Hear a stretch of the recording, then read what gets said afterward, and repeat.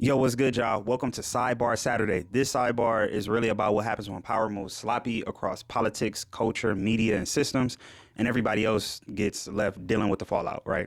So, y'all, let's go ahead and jump straight into it. One of the first things I wanted to talk about is Cesar Chavez and Brody being over with, right? He literally packed up his whole legacy and movement, right? It's crazy, just being a weirdo. His movement was focused on securing basic labor rights, better wages, safer working conditions, and dignity for migrant farm workers. Basically, like going against what the oppression of the system, right? And you become this figure, and then you take out, you oppress people in the same way, and take advantage of them, and not just the same way, but almost a worser way, right? I can't believe that this dude has these crazy sexual allegations against him, and it's kind of sad because they in school they try to teach him. It's funny because they try to paint him to be like the Mexican Martin Luther King or something. And bro was really treating people bad. Like that to me, that's super weird. Like he was treating people bad. They talking about it was like a cult, right? Like I know it's heartbreaking for the folks that like really fucked with him and or just fucked with that movement, right? It's like damn, the movement leader is Dookie, right? That's horrible. And make me a little grateful too on the low ski. And I know it's like maybe not in the best taste, but like I just look at some of our black leaders and how I mean we got some weirdos, but the prominent main ones was not weirdos, like and Cesar Chavez just seemed like a straight weirdo. Like, bro, how do you have allegations with the big R word, right? Like you out here doing that to women, bro? Come on. That like you're literally like SA, I don't even want to say the word on here and have my video all messed up on online where it's not getting no traction, but it's like, bro, this weird. Like, and then the lady come out talking about like, he took full advantage of her, right? And left her powerless. And like, bro, what? This is weird.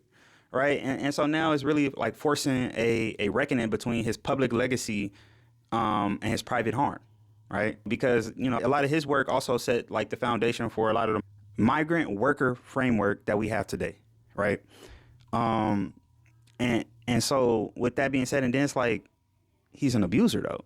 So it's ugly, it's heartbreaking, but it's also necessary. A person can make historic contributions and still be a predator. You feel me? And movements, sometimes they can lose moral credibility when they act like the truth cancels out the other. The truth of what bro did does not cancel out like the important work that, the movement did, right? So I think we got to make sure that we separate the two. And I think they did a good job by just calling it Farm Workers Day now, So I think it's the right move where like, he's not the hero because he was a weirdo. You can't be a hero if you're a weirdo. So, honor the labor struggle. Believe the survivors and stop pretending that like justice work automatically means that somebody was just like pure and wasn't like a weirdo in private. So yeah. But yeah, bro, essentially he packed himself up before he even got started. Right. So, that's that. Cesar Chavez is over with because he was a weirdo and he should have knew that from the beginning and not even let his name be attached to nothing. If you being a weirdo and people could like come out and say shit against you, like you shouldn't even have accepted the stardom or the limelight. Like you should have fucking apologized and make sure that folks are straight for you being a fucking weirdo. Anyways, next story. Next thing I want to talk about, man, something that really warmed my heart is I saw Anthony Edwards and Obama spending some time together. He's promoting the opening of his his presidential center in Chicago. And I remember him and Anthony Edwards kind of got into it. Not really got into it, but Anthony Edwards was just talking that shit like like a youngin. He like an NBA YN the way he act. Not like Jado, but he just he a dog about his craft and about his skill and stuff like that. So they was kind of joking and poking at him like in a fun way, and he like bro like he wasn't having that shit, and so it looked real tense. But I love how Obama like just embraced him. Like, yeah, he a young dog. Like, so we just gonna bring him. We gonna bring him in. Like, and so they were spending time together, playing ping pong, shooting and shit. It's a cool little ad or whatever. But I just love the fact that like some people would have had that same encounter and they would have like not fucked with him. They would have hated him. And I just love the way that he embraced Anthony Edwards. So, I really appreciate that. Like, he just saw the energy. And at his stature, like I said, Obama could have ignored him. He probably could have even made his life hell a little bit, like, with all the connections that like an ex-president has. Like, come on. But instead, he integrated the energy. He like, all right, bet. Like, I like that. Like, come on, like, come fuck with me, young boy. Like, so like that just shows character, right? And I just want to highlight that because that in itself just shows character. And it takes a lot of strong character to take a youngin, who was talking crazy to you and embrace him at that level and at that stature. So, that really kind of warmed me up a little bit. It was good to see that. It was real good to see that. Next thing I want to talk about, Nick Cannon says the Democratic Party is the party of the KKK and that he actually fucks with Trump. And I just thought that was crazy to be coming out now. Like, after all of this, like, where his popularity is at the lowest right now. Like MAGA's in shambles right now over how he's handling the economy, not just the economy, but how he's handling global affairs, geopolitics, the promises that his campaign promises. Like, how do you fuck with him at this point where it's like some hardcore Trumpers is not fucking with him? Like, that's weird that this just came out. I don't know if this is old or dated or something. I don't know. But like, bro, this is like super duper ignorant, right? I can't believe that Nick Cannon, right, went to Howard University and did not learn in like a Black ethnic studies class about how the party shifted in the 60s. I learned this in college. Like, bro, I think this is when I was in community college and I learned this in a Black ethnic studies class. And so it's like, how do you say that when you when you understand history and how history happened? Right. I think that's crazy. Like, and really, to me, what he's doing is he's falling in line with the Republican podcast bro rhetoric, right? Like, you literally fall in line with Republican podcast bro rhetoric. And I think that that's horrible. Right. And I'm just like, because it's like you have expectations. Like, this dude got Cannon's class and he has not just Cannon's class, the whole cancel shit or whatever. Yeah. And he, oh yeah, I went to Howard. Like, what? I don't know if he got his degree or anything, or if he finished, but I think he did. But to me, that's just weird, right?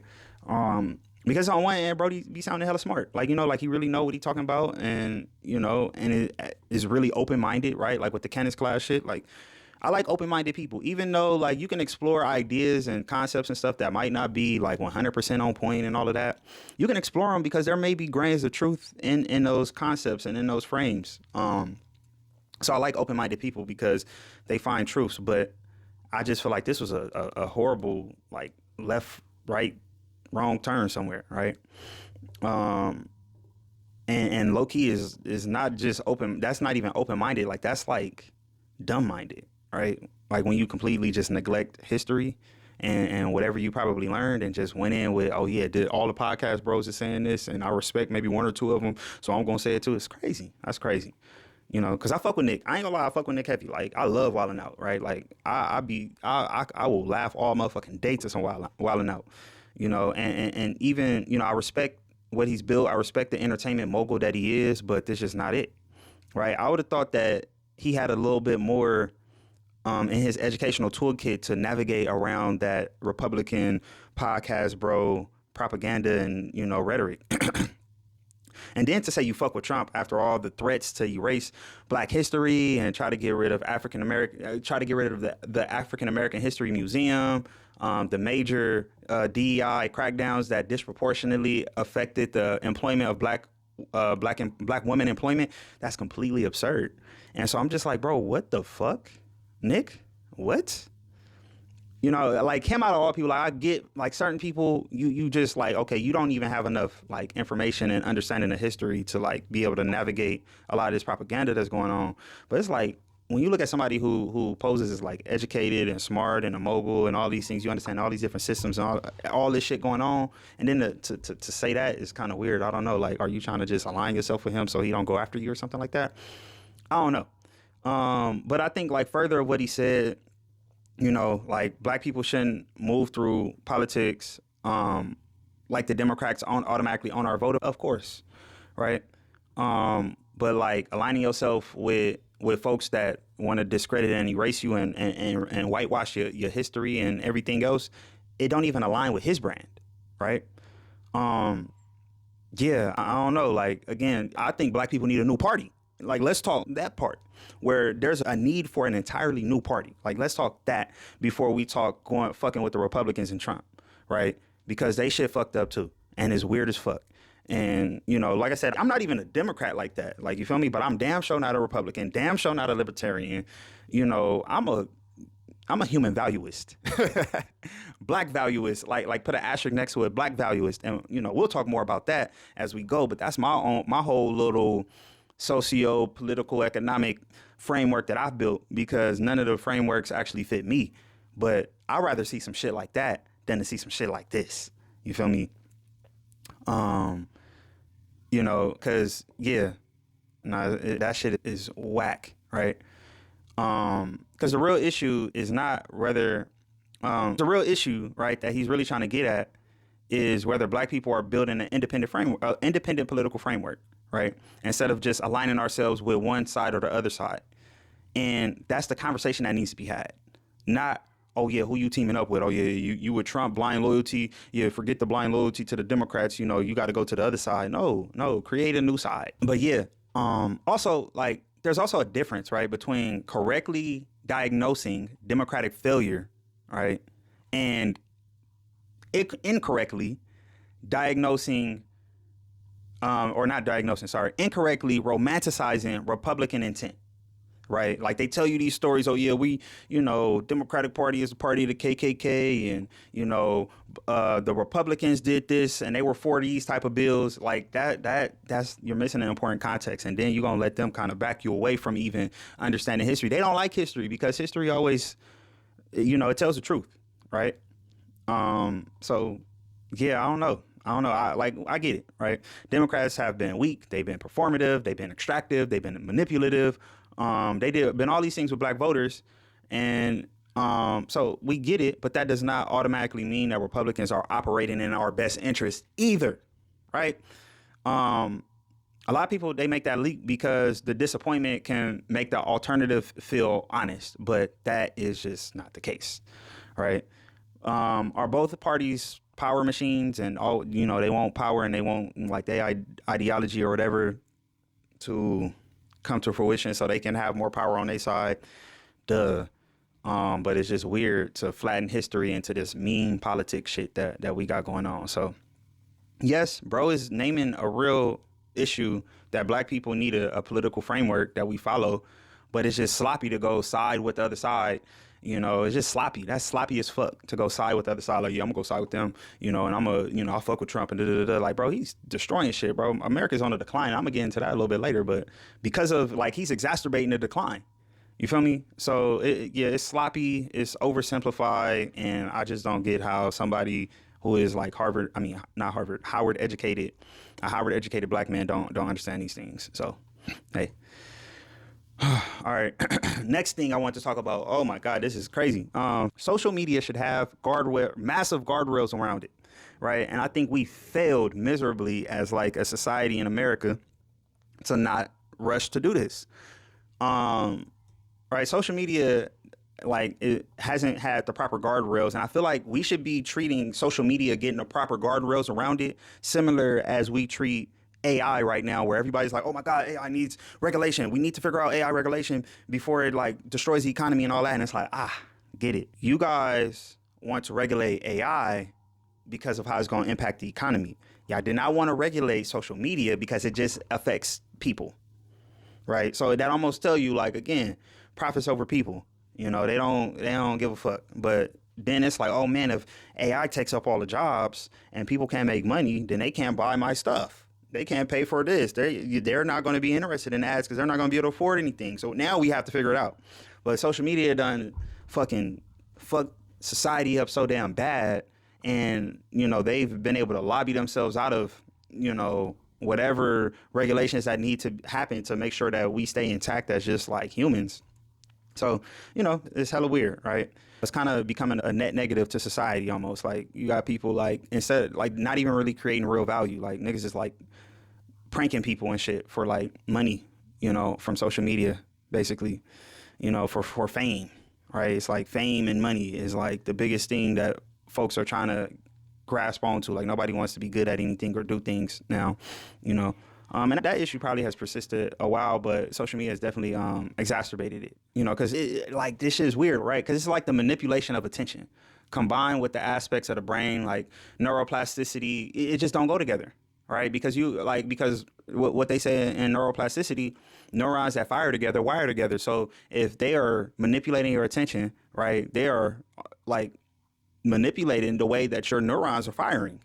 And just like that neuroscience concept of neurons that fire together, wire together, now you're being wired in whatever way that the manipulation of your attention is intended to take you, right? And so now you're seeing these things that are algorithmically like put in front of you, right, to monetize your attention.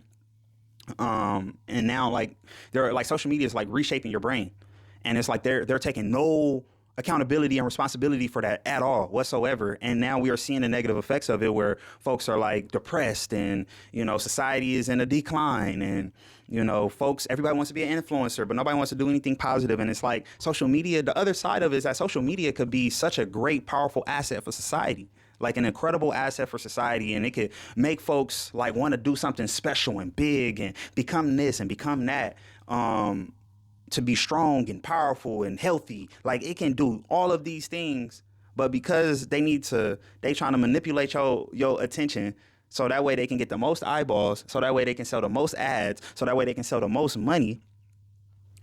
They like, fuck it, I don't give a fuck about what happens to you, nigga. Make sure you watch that motherfucking ad in between the video or whatever, right? Like it's sick, because bro, you could do so many great things, and we still don't know the experiment of this the results of this experiment for social media, right? It could be, we still finding shit out from like the 10 years that it's been, going strong, 10, 15 years it's been going strong, 20 years, something like that, right? So yeah, and they just got sued too, and they talking about, they got sued recently, Meta and YouTube. A jury found Meta and YouTube negligent. Yeah, they found them like negligent of like informing people, and also just negligent all around in the creation of this, right? And how, they are negatively affecting people. And so this also could be a huge turning point in social media. It could be, but again, they got so much money, power, and influence that I don't know, man. I don't know, but it's a late start. I'm gonna say, it's a good but late start. The deeper point is that we treated social media like neutral tools, right? We treated like neutral tools, and really they were behavior shaping systems, right? These platforms, they weren't just hosting content, right? They were actually engineering compulsion, and again, on one level, it is like they knew what the fuck they was doing, and then on the other level, they was just trying to run up the bag. And sometimes you got to know what you're doing to run up the bag. Oh my God, dog. So yeah, social media definitely should have guardrails, and they should have had guardrails on them like 10 years ago, right? 10, 15 years ago, because like it was never just a fun communication tool, right? I mean, it probably started off as that like year 1 out of like 20, you feel me? But like now it's an extraction tool. It's an extraction machine for attention, emotion, identity, behavior, all of that. They use that data for all type of shit, right? To train AI, to sell you ads, for, for businesses to get in front of you. Sometimes that's a good thing. You find like a good company or something like that, but most times it's not good, right? And then we got Palantir. Oh my God, right? So the real failure here, though, is that we let something psychologically power scale across an entire society under the logic of profit first. And only now we're starting to talk about safety. Let me not say only now. We've been talking about safety with it, but it's just not, it just hasn't broken through, right? They still have been able to do what they do, how they want to do it, when they want to do it. And, now we're at like a weird point. Yeah, that's what I got. That's what I'm thinking about with that. And then I wanted to get into the Strait of Hormuz drama too, man. It's crazy right now, right? So first, we start off with the counterterrorism director resigned because he said that Iran posted no threat, right? And I just think that's some dumb shit. Not for him to resign, that's exactly what he should have did, but for us to be in Iran like we are is crazy, right? Because if you're following geopolitics and you have any idea of what's going on in the Middle East, but yeah, like bro resigned because he saw that Iran posed no threat, and from, I believe it's the State Department, which handles foreign affairs. And so to me, that's like, bro, what the fuck? Like, that's alarming, right? Now, that kind of happened. Everybody kind of went about their business, but that's fucking alarming, right? That the director resigned because he felt like Iran posed no threat, in which we can low-key see now as the war is going on that they really don't pose a threat. Like, what could they do besides close the Strait of Hormuz? Think about it. What have they done besides close the Strait of Hormuz and fuck up the global economy because we and Israel decided to attack them, right? That's crazy. Like, that's crazy, bro. So, yeah, kind of bothers me a little bit, especially, like, knowing that, like, we got real troops, like, folks' real lives is at stake over there. Folks already done died over, like, fucking nothing, because it really feel like this is, like, Israel's beef, you know, and Saudi Arabia's beef, really, right? So I don't know. This shit look crazy. It look weird. And then, right, tie into the other fact that a lot of the Iranian officials with like a hella expertise was fired like months before because of them trying to shrink government. Like, they OD'd on cutting jobs to shrink government. In reality, they just wanted to streamline decision making, you know, in their favor. They wanted to be like, oh yeah, make it easier for them to make decisions and make it harder for folks to object to their decisions. And so that's weird. Like, that's weird, bro. Like, that don't make no sense. Because especially if you're like, you want experts in the room, you want people, you want pushback. If you want to make the best decision, you need pushback. You need to see the alternative viewpoint, and you want to they want to get rid of everybody who's going to have the alternative viewpoint. They don't want to meet in the middle and have a balance, right? Because balance is sustainability. When you make balanced decisions, you make decisions that are going to lead to sustainability, right? There are some times when you got to be a little bit more aggressive in a decision. And then there are some times when you have to be, you know, you might need to step back a little bit and compromise. But for the most part, the balanced decisions lead to the most sustainability. And they literally fired that right out the room. You know, so now we paying a price of it, as you can see that this attack, you know, this whole shit wasn't even planned out carefully. Like, he can't even give logical, coherent, like, answers as to what's going on and why they're doing what they're doing every time they talk to him about it, right? So, I don't know, man. It just, man, it seems crazy right now. There are people who, like, wasn't properly evacuated from the Middle East that was put in danger for a little bit, you know. I don't know, man. To me, it's just, this one is just wild, right? And then again, now we go to the Strait of Hormuz, like, being fully blocked, right? And being blocked at least, like, from, like, U.S. and really only Iran's homies is able to pass through, right? I just saw earlier, like, they let 20 Pakistani ships through. They got to deal with India, China, and Russia. And I think Russia's getting, you know, Russia's really going crazy right now. They really getting what they need out of this conflict. And also, too, right, they're helping Iran. Right. So that's even a little scary, too, because now that's like, OK, that, you know, sometimes the proxy wars lead up to the real war. So, you know, and I saw a video, too, about how troops are in Germany, you know, training right now for trench warfare against Russia. You know, I don't think that's like going to lead to any hot wars or anything. But, you know, it's just something to like be aware of, something to have in your awareness, you know. But yeah, like, you know, and this is where like geopolitics, it hits the supply chain, too. Right. With the Strait of Hormuz being all fucked up. You know, it ain't like an abstract foreign policy. Right. We talking about like a choke point that can significantly affect gas prices, jam up global shipping. Right. It just reminds y'all that stability is fragile. It's fragile. And, you know, poking up against the wrong folks for whatever reason can disrupt that. Right. So then, right, bro, talking about, oh, yeah, Iran, they gave us a present. They let 10 tankers through the Strait of Hormuz. Right. And I'm like, yeah, they just probably trying to make sure shit don't go too crazy. Right. But like, what the fuck do 10 tankers mean when you had hundreds? I think they said like hundreds a day, right? What does 10 total mean, right? To me, this don't read like strength, but, you know, Trump gonna make sure everything is posed as strength. You know, it reads like how unstable the whole situation actually is, right? being framed as something major like that being framed as a present tells you the baseline is already crisis level, right? Something minimal, a minimal gesture, right, posed as something major.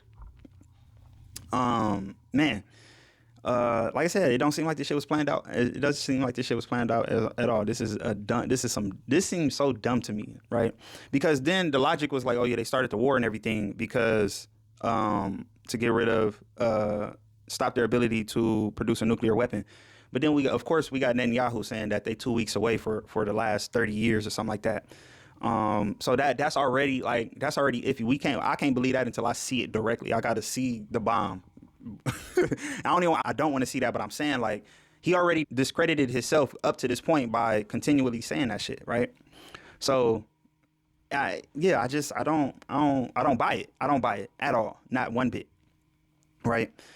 And now like you go into like some deeper issues of U.S. empire overstretch, right? Like they out here trying to have his hand in every conflict and in everybody business, you know, and you know it that comes with a cost of being in everybody business and being overstretched. That come with a cost. And you got folks like Tupac talking about they got money for wars but can't feed the poor, right? There's just like we understand that it's important to secure these waterways and to secure this global trade and to make sure that folks is able to like get their products across the seas and folks to export their manufacturing and, you know, all this good stuff, right? That's important.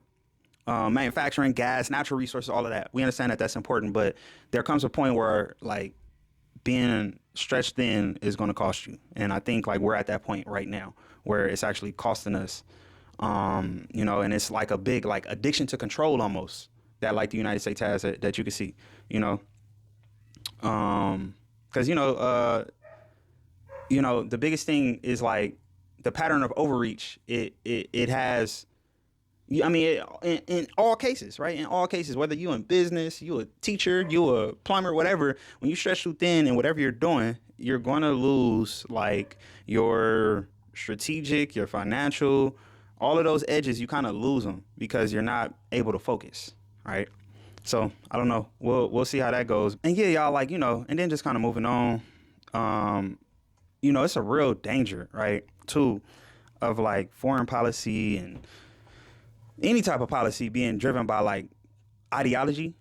You know, you just run like real dangers, right? Like people out here analyzing politics based on, you know, religion and instincts and prophecy, right? Divine purpose, all of those different things. And it's like sometimes the whole thing ain't even rooted in something real. So, you know, like think about like if a leader believes that they are executing God's plan to like kill people and bomb shit, right?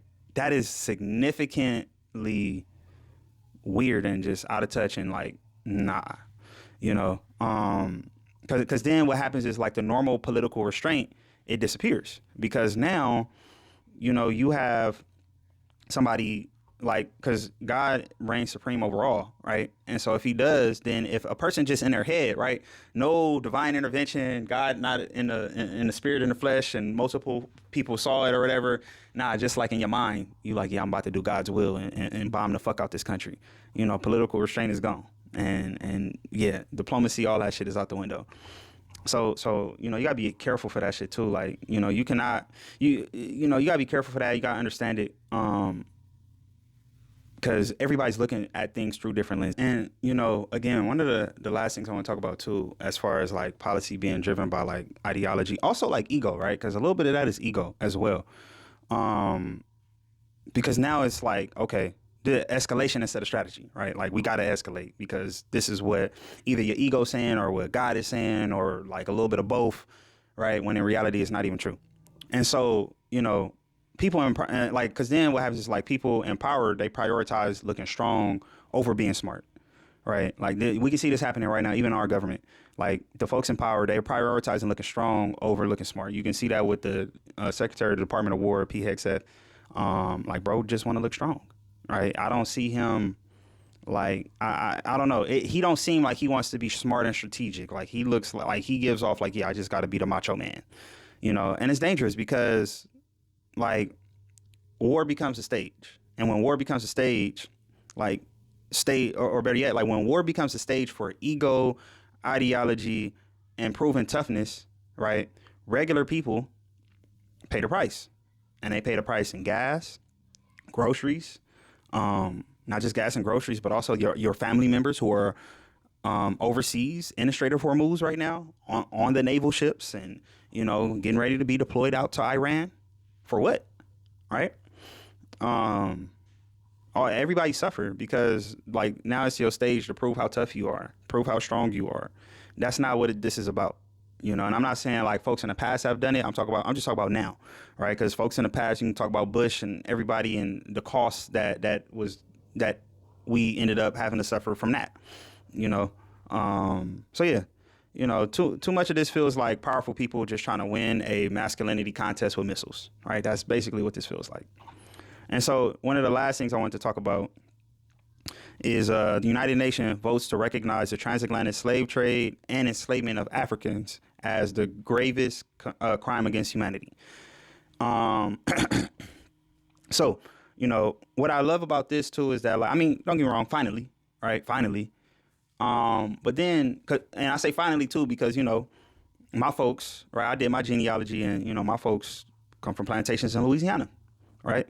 But, glad this is happening, finally happening. I love the fact that like I saw what the leader in Ghana said, right? He's demanding compensation, not for themselves, but for justice for the victims and to support causes like educational endowments and skills training funds and stuff like that, just to like rebuild the diaspora, for what like the progress, like for being set back, on the global stage, right? Because Africa lost 12 to 15 million people. Right. So you think about that's a lot of human capital that they lost. Right. And not only just lost, but a lot of those folks like died. And now folks are like subjugated. So and then not only that, but then like here in the United States, you see like some of those descendant of African people went on to have great inventions and become great and had society shifting ideas and inventions. So, like, think about if that human capital could remain in Africa and allow them to just develop their systems and who they are naturally without being impacted by, outside forces trying to extract and steal them for labor and stuff like that. So, I get it, right? So yeah, he called for a bunch of stuff, right? I love too, like he called for the artifacts to come back too. And man, right? Like we all saw Black Panther, like they need them artifacts back too. Cause that's their cultural, that's their heritage, right? Cause I bet you right now, if something was taken from Rome or, wherever and was in a damn museum in South Africa, they would have shipped that shit back. Right, something that represented white heritage, right? So give them back their shit. Like let them put their culture on display. You feel me? And then also too, I feel like the country that does it first, that actually goes through with the reparations itself, actually will become like the moral leader of the world if they do it and do it correctly. And then I feel like it's gonna be like a hot spot for, like Black migration. Right, because folks are going to be appreciative of it. So, but yeah, this slave trade created so many racial inequities and underdevelopment in all of these countries, right? Like think about Haiti and Jamaica, right? Like those not even like countries where like black people really was. I mean, give or take, you can have a conversation with some of the folks that talk about how Black people are indigenous to like America or whatever, but I ain't gonna lie, I need more proof to believe that one. But just to look at countries like Jamaica and Haiti, where like those are now Black countries only due to the transatlantic slave trade, like whole Black Caribbean islands, right? So yeah, like it makes sense, and they're impoverished nations, right? Like Haiti for sure. And Haiti even got like a little bit more history that folks is aware of. But then the craziest part about it, though, right? The craziest part, and then I'll conclude with this, but the craziest part is that the United States, I figured, right? Argentina, which is just trying to, they just own the United States nuts, like, because Milei Miele, I think I'm saying his name right, but if I'm not, I don't give a fuck. I know who I'm talking about. He on Trump nuts, just because Trump bailed him out, and he, he's willing to if you fuck with him. And then and Israel, right? They voted against it. And to me, like, okay, I get the United States, whatever. They're trying to protect power. They don't want to acknowledge that part of history because then it will make them liable, and then making like them being liable now they will have to compensate in some type of way, shape, or form, right? But then it's like Israel, right? And it's like they chose not to abstain, right? You could have just abstained and be like, I'm not even gonna vote on that. But you chose to vote against it. And to me, I don't know. Of course, it's just an alignment with the United States. But like, to me, it's kind of contradictory, right? Because y'all got y'all atrocity that happened to y'all in history. And, black people, we fuck with it, right? We like, yeah, we acknowledge that. And we against all of the things that contributed to like the Holocaust and all of those things. But then when it come down to, and we talk about as a country, right? Now, I'm not talking about Jewish people. I'm just talking about as a country for Israel. But then we talk about like, okay, yeah, we acknowledge it, even like out here, like they, like I remember in middle school and in high school, they take you to the Museum of Tolerance to like see all of the horrific things that's been done to the Jewish people and all of that type of stuff. They teach you about slavery. They'll show you roots, but they, I don't think they take you to no history museum about black folks and even about black folks' plight with slavery and all of that stuff. But you can go see that at the African American History Museum. But that's not proximal to everybody. But yeah, like, I don't know. I just feel like that's contradictory, and I just think that's weird. Like, it's wrong. Like, I don't know. So yeah, again, Argentina is just on the United States nuts. United States, you can see that move coming just by who's in office right now, right? So, hey, they didn't choose to abstain.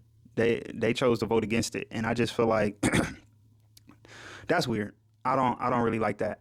And mind you, all other countries voted. It was only 3 that voted against it. So yeah, y'all, I don't know. That's weird. And I think it's really hypocritical or contradictory for Israel to want everybody to like look at what happened to them as one of the greatest atrocities ever and stuff like that. But they cannot vote to acknowledge the atrocity that happened to black African people across the globe. I don't know. I think that's super weird and, dismissive in a way. So yeah, y'all. That's pretty much it for this sidebar. I appreciate y'all for watching. Definitely gonna have some shorts out. Definitely just getting back in the swing of things too, right? I'm bringing back Music Mondays, sidebars, and Thought Thursdays. So right now I got History of the YNs coming up next. For Thought Thursday, it's like a dope video. Of course, like this is like me just kind of responding and reacting to topics that I've seen over the past week or two that I want to talk about. And so that's like with my sidebars and also with Music Mondays. With Thought Thursdays, it's like a video essay where I go hard and writing out the script, structuring it, packaging the idea, the delivery, everything is, a piece. And again, go ahead and watch History of the YNs Part 1 just to kind of get an idea and a glimpse of what's coming for Part 2. Part 2 is going to be just as equally as fire. And of course, we're progressing into the new age where we're going to talk about the current state of the YNs, right? And even going to talk about the future of the YNs. So that's pretty much it. I appreciate y'all. Definitely share this video or share some of the clips if they stand out to you and they gave you value and some of the perspective. Maybe you enjoyed it or whatever. And yeah, y'all, that's it for today's Sidebar Saturday. I will holla at y'all, man. Peace.